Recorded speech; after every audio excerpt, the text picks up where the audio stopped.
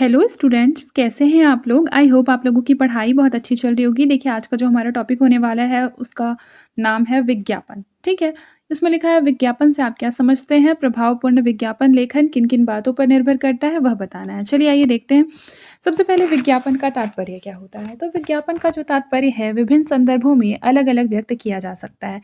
इस संबंध में लोगों के अलग-अलग विचार भी हैं। कुछ इसे मात्र प्रचार का एक साधन मानते हैं, तो कुछ इस एक प्रकार का विनियोजन जिससे कि वस्तुएँ एवं सेवाओं के विक्रय में विकास होता है या वृद्धि होती है। आप लोगों ने बहुत बार ऐसे देखा भी होगा कि कई बार कोई नया शॉप खुलता है या कोई नई चीज़ें आपके मान लीजिए ज़िले में खुल रही हैं या आपके शहर में खुल रही हैं, तो आप लोगों ने देखा होगा कि उसका जो विज्ञापन होता है, वो प्रस्तुत किया जाता है, चाहे वो पैम्पलेट के ज़रिए हो या फिर कई बार माइक में बहुत लोग चिल्ला-चिल्ला के कहते हैं कि ऐसा हो गया, वैसा हो गया या फिर कहीं सेल चल रहा है, उसका विज्ञापन होता है।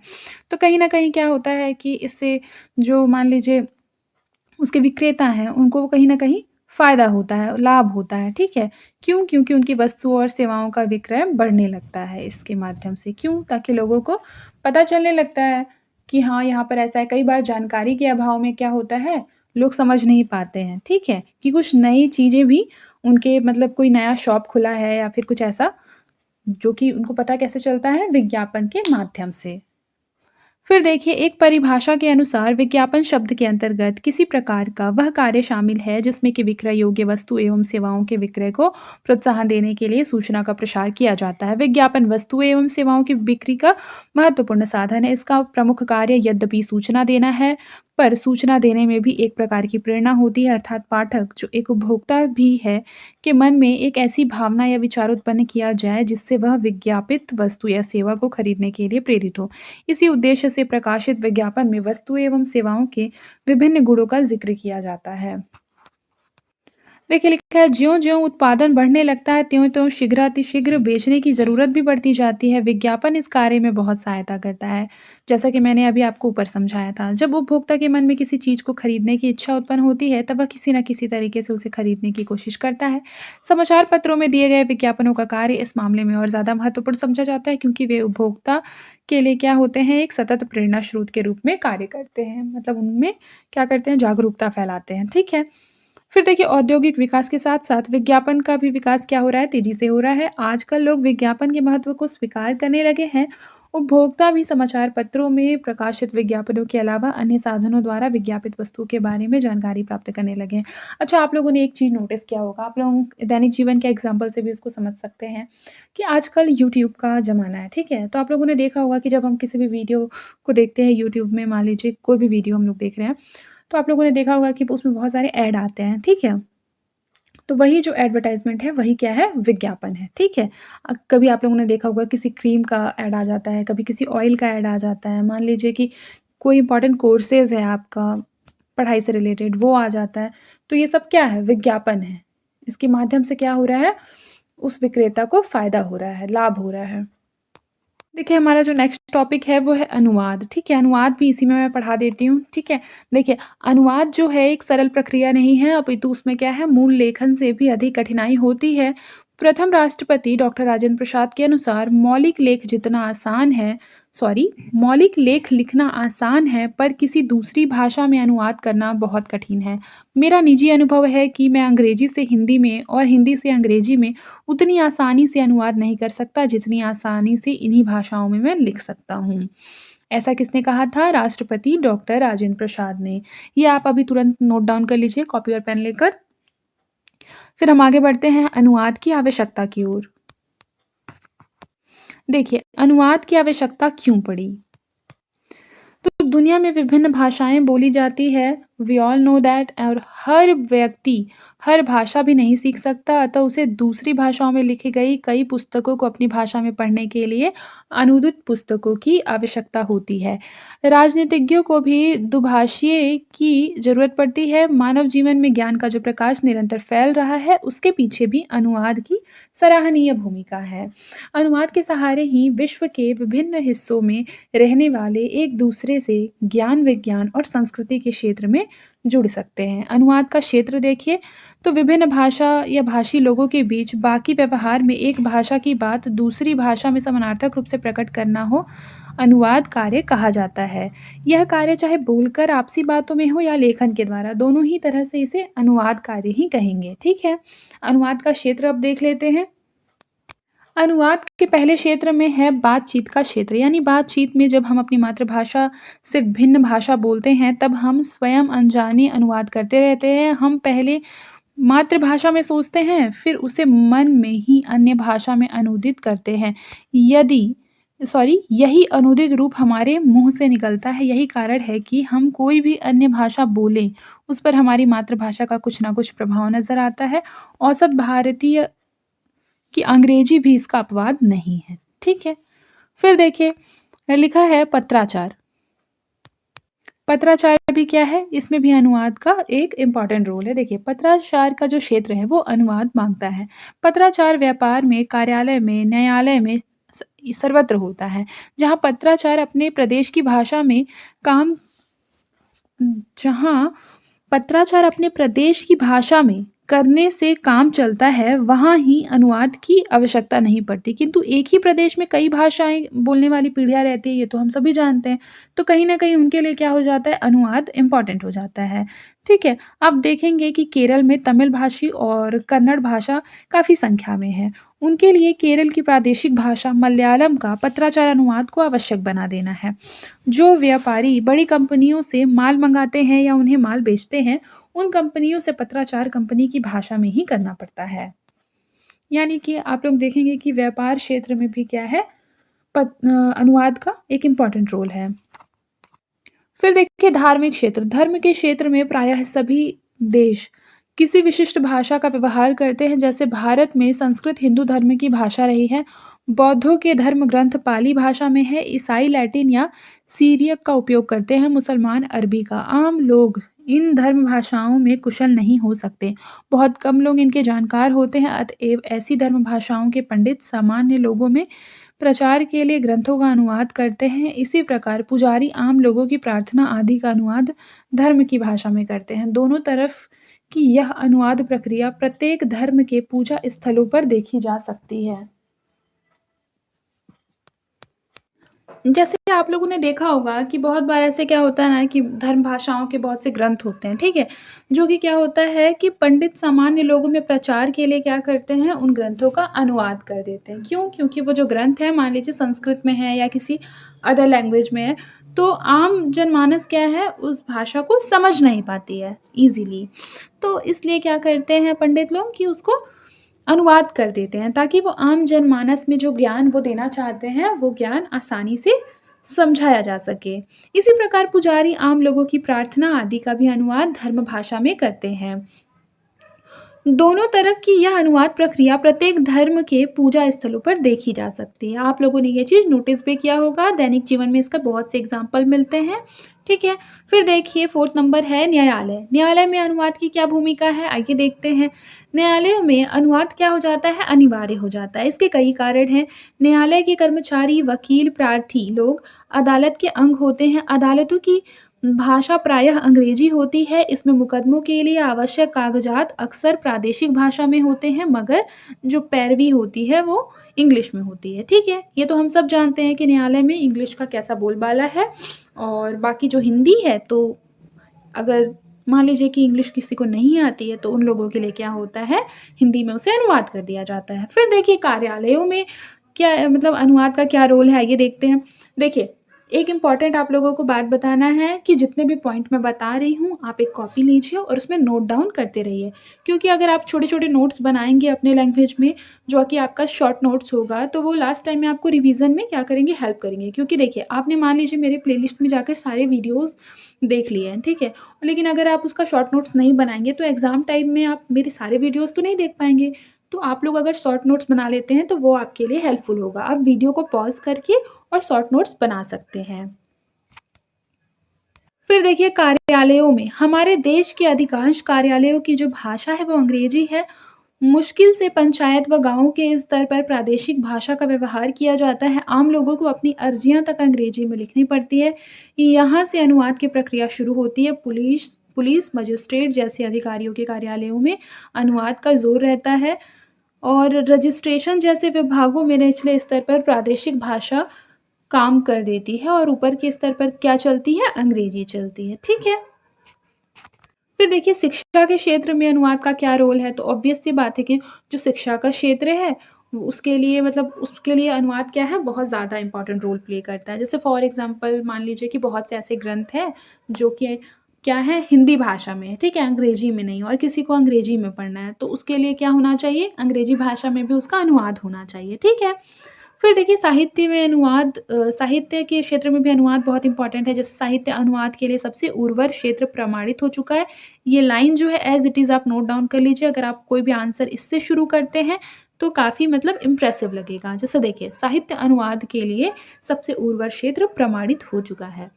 प्रतिभा देश व भाषा की दीवार नहीं मानती, किंतु अनुवाद के ज़रिए ही हम भाषा की प्रतिभाओं को पहचान सकते हैं। प्राचीन भाषाओं में वाङ्मय को आधुनिक युग के पाठक अनुवाद के सहारे ही समझ पाते हैं। हमारे ही देश में कुछ शताब्दियों पहले तक संस्कृत साहित्य खूब पढ़ा जाता था, बहुत से लोग संस्कृत जानते थे। अब आधुनिक युग की भाषाओं का ज़ोर है और संस्कृत जानने वाले कम हैं। इसलिए अनुवाद से ही हम संस्कृत की सरसता को ग्रहण करते हैं, ठीक है? एक सीमित क्षेत्र की भाषा में लिखे हुए उत्तम साहित्य ग्रंथ संसार के व्यापक क्षेत्रों की भाषाओं में जब अनुदित होते हैं, तभी क्या होता है उनका प्रचार-प्रसार ज़्यादा होता है, ठीक है? जैसे आप लोगों ने बहुत सा ऐसा देखा होगा मूवी मूवी अगर हम मूवी फ़ील्ड में जाएँ, तो देखा होगा आप लोगों ने कि साउथ की जितने भी मूवी हैं, अगर वो उस लैंग्वेज में हैं, तो वहीं पे ही चलती हैं। लेकिन अगर उसको अनुवाद हिंदी में कर दिया जाता है, हिंदी में डब कर दिया जाता है, तो क्या होती है वो मूवी और ज़्यादा फ़ेमस हो जाती है और उसे पूरे इंडिया के लोग देख लेते हैं, ठीक है? बिल्कुल उसी तरीके से यहाँ पर भी साहित्य के साथ भी सेम ही होता है। देखिए एक महत्वपूर्ण एग्ज़ाम्पल है, ये तो आप एज़ इट इज़ अभी के अभी नोट डाउन कर लीजिए, ठीक है? अभी के अभी वीडियो पॉज़ कीजिए और नोट डाउन कीजिए। देखिए एग्ज़ाम्पल में आप लोग लिख सकते हैं कि रवींद्रनाथ टैगोर के बंगला छंद अगर अंग्रेजी में अनुदित करके प्रकाशित न किए गए होते, तो उन्हें शायद ही नोबेल प्राइज़ मिलता, ठीक है? जैसे हम लोगों को पता है कि गीतांजलि जो है, वो पहले कौन-सी भाषा में थी? कौन-सी भाषा में थी पहले? पहले शायद वो बंगला भाषा में थी, ठीक है? और फिर बाद में उसे क्या किया गया? इंग्लिश में किया गया। तब जाके गीतांजलि को क्या मिला है? नोबेल प्राइज़ मिला है, ठीक है? और अगर मैं शायद अगर गलत होंगी, तो आप लोग इसको सर्च करके गूगल में और मुझे बता सकते हैं कमेंट बॉक्स में, ठीक है? आप लोगों की टिप्पणी मेरे लिए हमेशा ही क्या रहेगी? सुझाववर्धक रहेगी। फिर देखिए अंतर्राष्ट्रीय संबंध अनुवाद का सबसे महत्वपूर्ण क्षेत्र है। विभिन्न देशों के प्रतिनिधियों का संवाद मौखिक अनुवादक की सहायता से ही हो सकता है। सारे प्रमुख देशों में प्रमुख राष्ट्रों के राजदूत रहते हैं और उनके कार्यालय भी होते हैं। राजदूतों को कई भाषाएँ बोलने का अभ्यास कराया जाता है, फिर भी देशों के प्रमुख प्रतिनिधि अपने विचार अपनी ही भाषा में प्रस्तुत करते हैं। उनके अनुवाद की व्यवस्था होती है। जब कई भाषाओं के वक्ता एक सम्मेलन में अपनी-अपनी भाषा में विचार व्यक्त करते हैं, तब उन अनुवाद की व्यवस्था क्या हो जाती है? कठिन हो जाती है। फिर देखिए अंतर्राष्ट्रीय विज्ञान। अंतर्राष्ट्रीय स्तर पर विज्ञान एवं प्रौद्योगिकी आज सबसे अधिक अनुवाद माँगने वाले क्षेत्र हैं। इसके 2 पहलू हैं। एक तो यह है कि विकासशील राष्ट्रों के वैज्ञानिक एवं प्रौद्योगिकी के आविष्कारों तथा नई गतिविधियों की जानकारी पाने के लिए उतावले रहते हैं। उनका अन्य भाषा ज्ञान बहुत सीमित होता है। वे तभी उपयुक्त जानकारी पा सकते हैं, जब उनकी जारी हुई भाषा में अन्य भाषाओं के ग्रंथों का ज्ञान प्राप्त हो, ठीक है? इसीलिए क्या हो रहा है आजकल? अंग्रेजी का महत्व बढ़ जा रहा है क्योंकि देखिए वैज्ञानिक सामग्री का जो अनुवाद है वो किसमें किया गया है? अंग्रेजी में किया गया है मैक्सिमम, ठीक है? इसीलिए इंग्लिश क्या हो जा रही है? ग्लोबल लैंग्वेज हो जा रही है, ठीक है? फिर देखिए लिखा है विज्ञान एवं प्रौद्योगिकी में बहुत ज़्यादा इम्पोर्टेंट रोल है किसका? अनुवाद का, ठीक है? ये तो हम लोगों ने ऑलमोस्ट पढ़ ही लिया है। फिर देखिए संचार माध्यम। संचार के माध्यमों में अनुवाद का प्रयोग अनिवार्य होता है। इनमें मुख्य समाचार पत्र, रेडियो, दूरदर्शन इत्यादि हैं। ये अत्यंत लोकप्रिय हैं और हर भाषा प्रदेश में इनका प्रचार बढ़ रहा है। प्रादेशिक भाषाओं के समाचार पत्र समाचारों के लिए सरकारी सूचना, न्यूज़ एजेंसियों को दी हुई सामग्री प्रादेशिक संवाददाताओं की डाक आदि पर निर्भर करते हैं। इनमें प्रादेशिक भाषाओं में सीमित सामग्री ही प्राप्त होती है। इस वजह से कौन-सा लैंग्वेज इम्पोर्टेंट हो जाता है? यहाँ पर इंग्लिश इम्पोर्टेंट हो जाता है। क्यों? क्योंकि प्रादेशिक लैंग्वेज में क्या हो रहा है? सीमित सामग्री प्राप्त होती है हम लोगों को। उदाहरण के लिए अगर देखा जाए तो अनुवाद के द्वारा रेडियो सामग्री तैयार की जाती है एवं उसका प्रसारण होता है। फिर देखिए वैज्ञानिक एवं तकनीकी अनुवाद की विवेचना। ठीक है, आइए जानते हैं वैज्ञानिक एवं तकनीकी अनुवाद क्या होते हैं। तो देखिए, विज्ञान एवं तकनीक के बढ़ते हुए अध्ययन एवं जन सामान्य की इन बढ़ती हुई रुचि के कारण आज वैज्ञानिक एवं तकनीकी पुस्तकों के हिंदी अनुवाद की आवश्यकता क्या है, बढ़ गई है। We all know that. फिर देखिए, प्रारंभ में विज्ञान का साहित्य एवं विज्ञान से संबंधित विषयों की पुस्तकें अंग्रेजी भाषा में ही उपलब्ध थी, किंतु अब तो प्राथमिक स्तर से विश्वविद्यालय स्तर तक हिंदी में विज्ञान एवं तकनीक से जुड़े सभी विषयों की पुस्तकें उपलब्ध हैं। वैज्ञानिक एवं तकनीकी विषयों में पारिभाषिक शब्दावली की प्रचुरता होती है। अतः ऐसी पुस्तकों के अनुवाद के लिए अनुवादक को विज्ञान की विविध शाखाओं में प्रयुक्त होने वाले परिभाषित शब्दों के पर्याय केंद्रित हिंदी निदेशालय द्वारा प्रकाशित कोश ग्रंथों से ही ग्रहण करने चाहिए। तकनीकी शब्दकोशों की मदद भी ली जा सकती है। टेम्परेचर के लिए तापमान शब्द अब आम जनता की ज़बान पर चढ़ गया है। इसी प्रकार एटॉमिक एनर्जी के लिए परमाणु ऊर्जा, सैटेलाइट के लिए उपग्रह शब्दों को धड़ल्ले से प्रयोग किया जाता है। जो वैज्ञानिक एवं तकनीकी शब्दावली सर्वस्वीकृत हो, उसके लिए नया एवं अप्रयुक्त शब्द प्रयोग करना ठीक नहीं माना जाता। फिर देखिए, डॉक्टर एन.ई. विश्वनाथ अय्यर ने अनुवाद कला के अंतर्गत कुछ महत्वपूर्ण तथ्यों का उल्लेख इस प्रकार से किया है। पहला है, जो अंतर्राष्ट्रीय संज्ञाएँ हैं, उन्हें केवल लिप्यंतरित ही किया जाना चाहिए, अर्थात उन्हें अंग्रेजी में न लिखकर देवनागरी में ही लिखा जाना चाहिए। इसे नोट डाउन कर लीजिए। फिर देखिए, दूसरा पॉइंट है कि वैज्ञानिक एवं तकनीकी लेखन में प्रयुक्त एवं स्वीकृत अंतर्राष्ट्रीय चिन्हों को ज्यों का त्यों स्वीकार कर लेना चाहिए। तीसरा है, तकनीकी भाषा वस्तुतः संकर भाषा होती है। संकर भाषा यानी कैसी? मिली-जुली भाषा। 2 भाषाओं मिल-जुल कर क्या बनाती है? संकर भाषा बनाती है। अतः उसकी संकर रूपता से घबराना नहीं चाहिए, यानी कि उसे मतलब उसके यूज़ से बचना नहीं चाहिए, मतलब उसका यूज़ बराबर रूप से करना चाहिए। फिर देखिए, अन्य भाषाओं के स्वीकृत शब्दों का प्रयोग लक्ष्य भाषा में करते समय लक्ष्य भाषा की प्रकृति के अनुरूप उसका अनुकूलन कर लेना चाहिए। फिर देखिए, लक्ष्य भाषा में प्रचलित अर्ध तकनीकी शब्दों का प्रयोग अनुवाद में किया जा सकता है।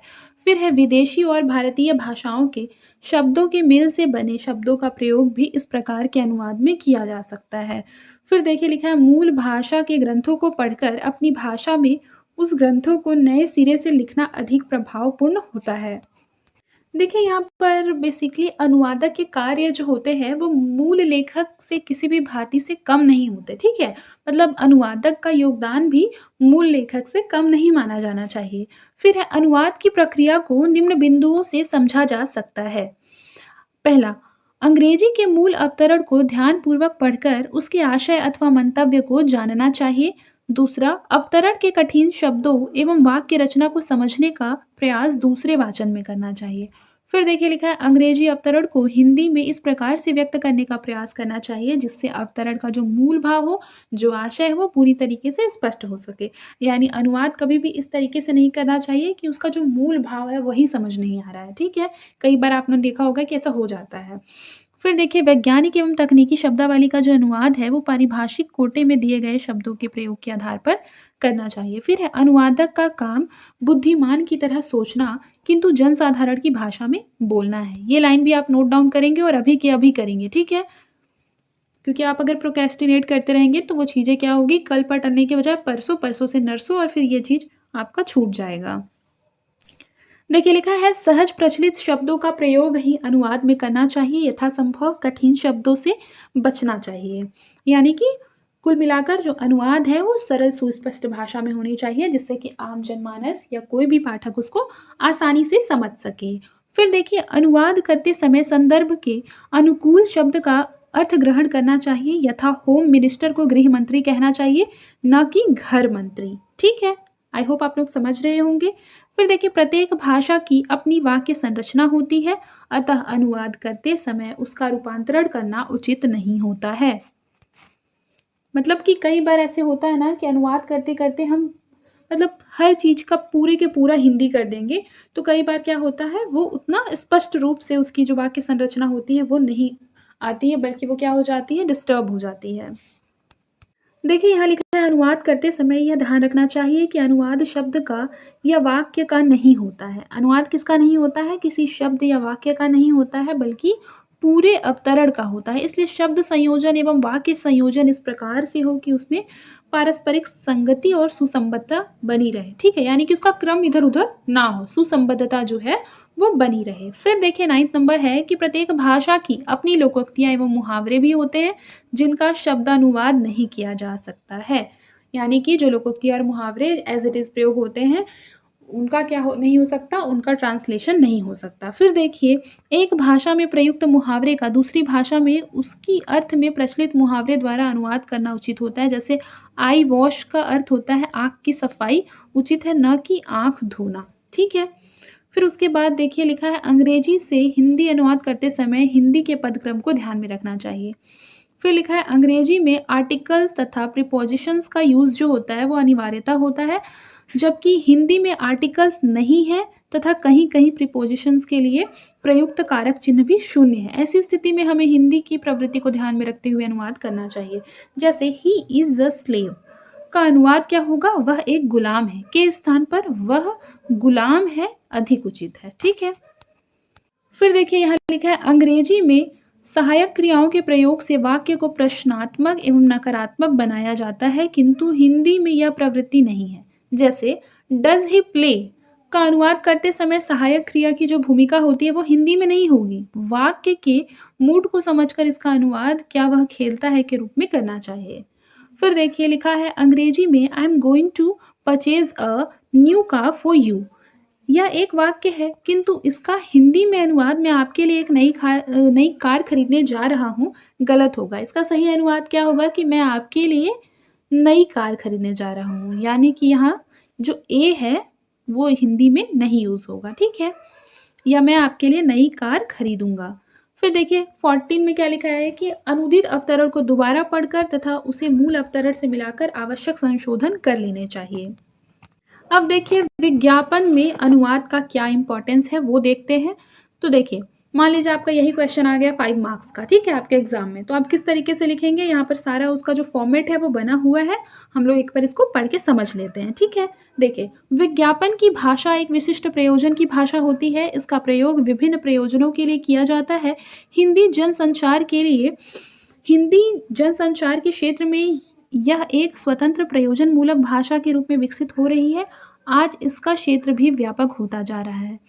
इसकी अपनी शब्दावली एवं अपनी वाक्य संरचना है। विज्ञापन के क्षेत्र के अंतर्गत न केवल उत्पादक एवं उपभोक्ता आता है, बल्कि इस क्षेत्र से संबंधित जनसंचार के सभी माध्यम और यातायात के संचार के साधन भी आते हैं, जो विज्ञापन के प्रसार में सहायता देते हैं। इस दिशा में राष्ट्रीय स्तर पर देश की विज्ञापन समितियों से सहसंबंध स्थापित कर विज्ञापनों के वितरण का कार्य कर रही है। फिर देखिए विज्ञापन व्यावसायिक क्षेत्र का एक अभिन्न अंग बनने से इसमें व्यावसायिक क्षेत्र की शब्दावली का प्रयोग भी हो रहा है।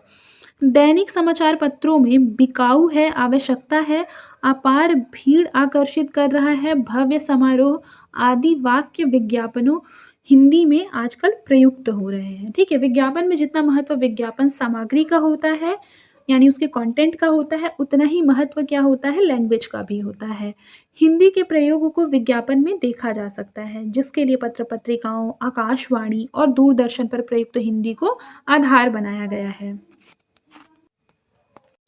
देखिए यहाँ पर लिखा है कि एक अंग्रेज विद्वान जेफे लीच ने अंग्रेजी भाषा के विज्ञापन का अध्ययन एक विशेष शैली के रूप में स्वीकार करते हुए वांछित गुणों की चर्चा की है, जिसमें से कौन कौन से गुण है? आकर्षक तत्व है, श्रव्यता या सुपाठ्यता है, स्मरणीयता है और विक्रय शक्ति है। अब हम क्या करेंगे, इसको अच्छे से मतलब डिटेल में पढ़ेंगे। देखिए सबसे पहले है आकर्षक तत्व। तो हिंदी विज्ञापनों में आकर्षक का तत्व उत्पन्न करने के लिए अनेक प्रकार की वाक्य संरचनाओं का प्रयोग किया जाता है, जिनसे विज्ञापन की प्रभावशीलता में वृद्धि होती है। इसके लिए प्रायः विज्ञापनों में और क्योंकि सिर्फ जरा सा, अब आप समझे, आजमाइए जैसे शब्दों का और न ध्यान दे जैसे निदेशात्मक वाक्यों का प्रयोग किया जाता है। ठीक है, इस प्रकार की विज्ञापनी शब्दावली का प्रयोग करने से उत्पाद वस्तु की विशेषता को व्यक्त किया जाता है। फिर देखिए लिखा है श्रव्यता और सुपाठ्यता। श्रव्यता का हिंदी विज्ञापनों में कवितामयी भाषा एवं गीतों के रूप में भाषा का प्रयोग किया जाता है और संगीत का भी इसमें समावेश होता है। इससे विज्ञापन उत्तम श्रव्य और रोचक हो जाते हैं। इस प्रकार इस प्रकार आकाशवाणी तथा दूरदर्शन जैसे जनसंचार माध्यमों के द्वारा व्यक्त किया जाता है। मुद्रण माध्यम द्वारा दिए गए विज्ञापनों में सुपाठ्यता लाने के लिए सुंदर, सुडौल एवं विभिन्न आकृतियों के टाइप का प्रयोग किया जाता है। मुद्रण माध्यम द्वारा दिए जाने वाले विज्ञापनों की भाषा सरल एवं बोधगम्य होती है। फिर देखिए स्मरणीयता। बच्चों से वृद्धों तक के सभी वर्गों के लोग अथवा उत्पाद वस्तु को सदैव याद रखने की दृष्टि से विज्ञापनों में नारे के रूप में भाषा का प्रयोग किया जाता है। ये नारे छोटे-छोटे सरल वाक्यों में रोचक वस्तु के नाम को याद रखने वाले होते हैं। फिर देखिए विक्रय शक्ति। तो विज्ञापन के क्षेत्र में संप्रेषणीयता और आकर्षण का होना आवश्यक है। इसके लिए विज्ञापन लेखन एक सृजनशील कलाकार के समान विज्ञापन के विषय को सर्जनात्मक रूप प्रस्तुत करता है। यह एक ऐसा कलात्मक कौशल है जिसके भीतर वस्तु अथवा उत्पाद की विक्रय शक्ति पैदा करने की क्षमता होती है। विक्रय शक्ति की यह क्षमता विज्ञापन की संप्रेषणीयता में निहित रहती है। फिर देखिए अनुवाद का अर्थ, परिभाषा और क्षेत्र। देखिए अनुवाद जो होता है बेसिकली दो शब्दों से मिलकर बना हुआ है। पहला अनु, दूसरा वाद। अनु का अर्थ होता है पीछे या बाद में और वाद का अर्थ होता है बोलना या कहना। अतः अनुवाद का मूल अर्थ होता है पुनः कथन या किसी के कहने के बाद कहना। ये भी आप नोट डाउन करेंगे। फिर देखिए बाद में यह अर्थ क्या हुआ, संकीर्ण होते हुए एक भाषा की पाठ्य सामग्री का दूसरी भाषा में रूपांतरण अनुवाद माना गया। अनुवाद जो है वो सदैव स्रोत से लक्ष्य भाषा की ओर निष्पादित होता है। यह जरूरी नहीं है कि स्रोत भाषा की पाठ्य सामग्री का अंतरण लक्ष्य भाषा के पूर्ण रूप से ही हो। वास्तव में दो भाषाओं के अनुभव की उपलब्धि एवं अभिव्यक्ति पूर्णतया एक प्रकार से नहीं होती, इसलिए पूर्ण अनुवाद नहीं हो पाता बल्कि लगभग अनुवाद हो पाता है। इस प्रकार प्रत्येक स्तर पर, अर्थ के स्तर पर या व्याकरण के स्तर पर अनुवाद की अपनी सीमा होती है और वह चाहे कितना भी अच्छा क्यों ना हो, मूल कृति के समान नहीं हो सकती। ठीक है, याद रखिएगा इस चीज को कि अनुवाद की एक सीमा होती है और वह कितना भी अच्छा क्यों ना हो, जो उसकी मूल कृति है, ठीक है, मूल रचना है, उसके समान वह नहीं हो सकती। फिर देखिए अगला टॉपिक है वाणिज्य अनुवाद पर संक्षिप्त टिप्पणी। तो अभी कुछ वर्षों पहले तक वाणिज्य बैंकों के सारे कागजात अंग्रेजी में होते थे, जिन्हें भरते समय प्रायः गांव या देहात की जो जनता होती थी वो क्या करती थी, कठिनाई का अनुभव करती थी। आप लोगों ने बैंक में भी देखा होगा, ठीक है। किंतु अब बैंकों में अधिकांश काम-काज क्या है, वो हिंदी में होने लगा है। आप लोगों ने देखा होगा कि जैसे मान लीजिए यहाँ पर इंग्लिश में लिखा हुआ है, फिर उसका अनुवाद भी क्या होता है, यहाँ पर लिखा हुआ रहता है, ठीक है? बिल्कुल इस तरीके से, ठीक है। फिर देखिए लिखा है बैंकों में जमा पर्ची, चेक बुक आदि ज़रूरी कागज़ अंग्रेजी के साथ-साथ हिंदी में भी उपलब्ध है वर्तमान में, ठीक है? हिंदी में लिखे हुए चेक आदि बैंकों में स्वीकार किए जाते हैं। बैंकिंग सेक्टर में भाषा के स्तर पर निरंतर सुधार की प्रक्रिया जारी है। पहले जिन अंग्रेजी शब्दों का प्रयोग बैंक के रोज़मर्रा के कामकाजों के लिए होता था, अब उसके स्थान पर हिंदी शब्दों का इस्तेमाल होने लगा है, जैसे कि अकाउंट के लिए खाता, डिपॉज़िट के लिए जमा, विथड्रॉल के लिए निकासी, सेविंग बैंक के लिए बचत खाता, ट्रांसफ़र के लिए अंतरण, लोन फैसिलिटीज़ के लिए ऋण सुविधा इत्यादि। कुछ अंग्रेजी शब्द भी इतने प्रचलन में आ गए हैं कि उन्हें ज्यों का त्यों स्वीकार कर लिया गया है। जैसे आप लोग चेक बुक ही कहते होंगे, चेक कहते होंगे, डिमांड ड्राफ्ट कहते होंगे, जबकि ये सारे अंग्रेजी के शब्द हैं। जैसे डेबिट कार्ड हो गया, क्रेडिट कार्ड हो गया इत्यादि क्या है, हम इसको इंग्लिश में ही ज्यों का त्यों यूज़ करते हैं डेली लाइफ में। फिर देखिए लिखा है वाणिज्यिक अनुवाद के लिए भी डॉक्टर एन.ई. विश्वनाथ अय्यर के अनुसार वही नीति अपनाई जाती है जैसी वैज्ञानिक और तकनीकी अनुवाद के लिए अपनाई जाती है। अनुवादक को अनुवाद करते समय अंतर्राष्ट्रीय शब्दावली ज्यों की त्यों ग्रहण कर लेनी चाहिए। शेष शब्दों का अनुवाद लक्ष्य भाषा में कर लेना चाहिए। भाषा की संरचना में प्रशासनिक अनुवाद जैसी व्यवस्था को ही अपनाया जाता है। ठीक है, तो आई होप आप लोगों को अनुवाद समझ में आया होगा। ये आपके सिलेबस में भी है। जो भी मैंने इंपॉर्टेंट पॉइंट बोले हैं आप लोग उसका शॉर्ट नोट्स ज़रूर बनाएंगे। अगर आप मैं जो क्लासेस ले रही हूँ उसका शॉर्ट नोट्स बना लेते हैं तो यकीन मानिए कि आपको लास्ट टाइम में रिवीजन में बहुत ज़्यादा हेल्प होगा और आप उस दिन मुझे ज़रूर याद करेंगे। तो आज के लिए बस इतना ही, मिलते हैं नेक्स्ट क्लास में। तब तक के लिए अपना ख्याल रखें और मन लगाकर पढ़ाई करते रहें।